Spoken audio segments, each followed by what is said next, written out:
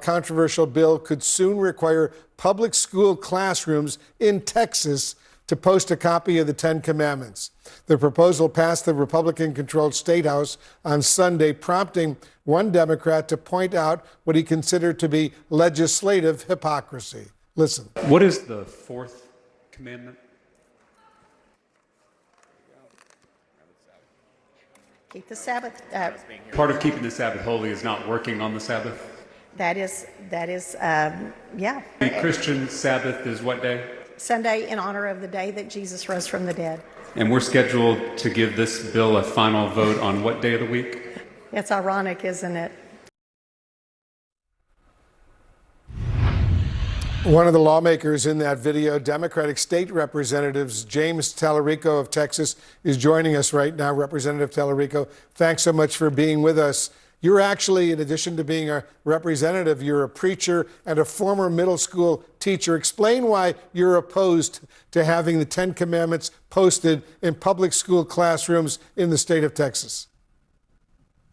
Yeah, my granddad was a Baptist preacher in South Texas. I've been going to the same church since I was 2 years old, and I'm now in seminary studying to become a minister myself one day. So my faith means more to me than anything.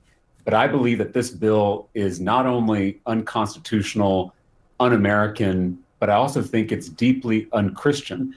It not only violates the separation of church and state in this country, but it also violates the core teachings of Christianity.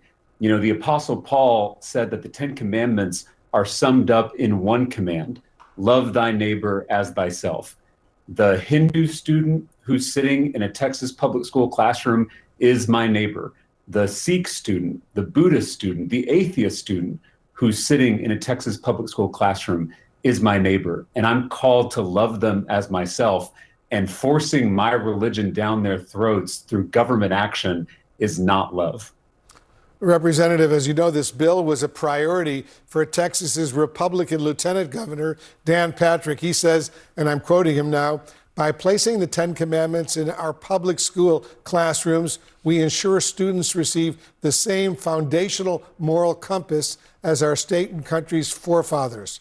What's your response to that, Representative? And how is this bill going to impact public education in your state of Texas?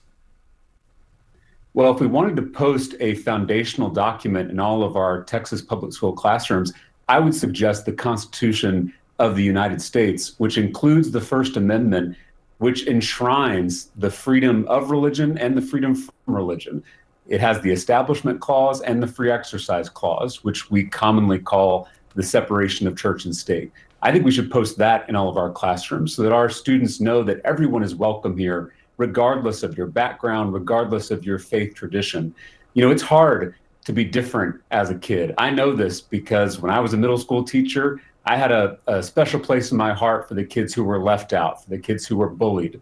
And if you're a Hindu student or a Muslim student or a Jewish student in a Texas public school classroom, you're a little different, and that can be difficult. Now, a bunch of politicians at the state capitol are putting up a poster that says, "Thou shalt not worship any gods before me."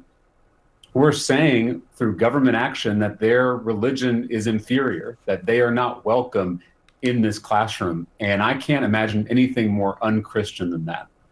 Your state's Republican governor, Greg Abbott, said he intends to sign this bill into law if it comes to his desk. How do you or your Democratic colleagues plan to challenge this, and will you challenge it in court if necessary? I'm assuming there are going to be court challenges because this is blatantly unconstitutional, and we have to stand up for the freedom of religion in this country. The separation of church and state doesn't just protect the state, it also protects the church. I mean, we as believers should be very concerned when politicians and government employees seek to usurp the role of pastors and Sunday school teachers and parents. Those are the folks who should be teaching our religion, not government employees who are doing it by a mandate from the legislature. I mean, this is the kind of stuff that gives religious people a bad name. Instead of living out our faith, instead of leading by example, we're now leading by mandate. And if the goal is to create a whole new generation of Christians, I think this bill will have the opposite effect. It will create a whole new generation of atheists who think that our religion is more about power than love.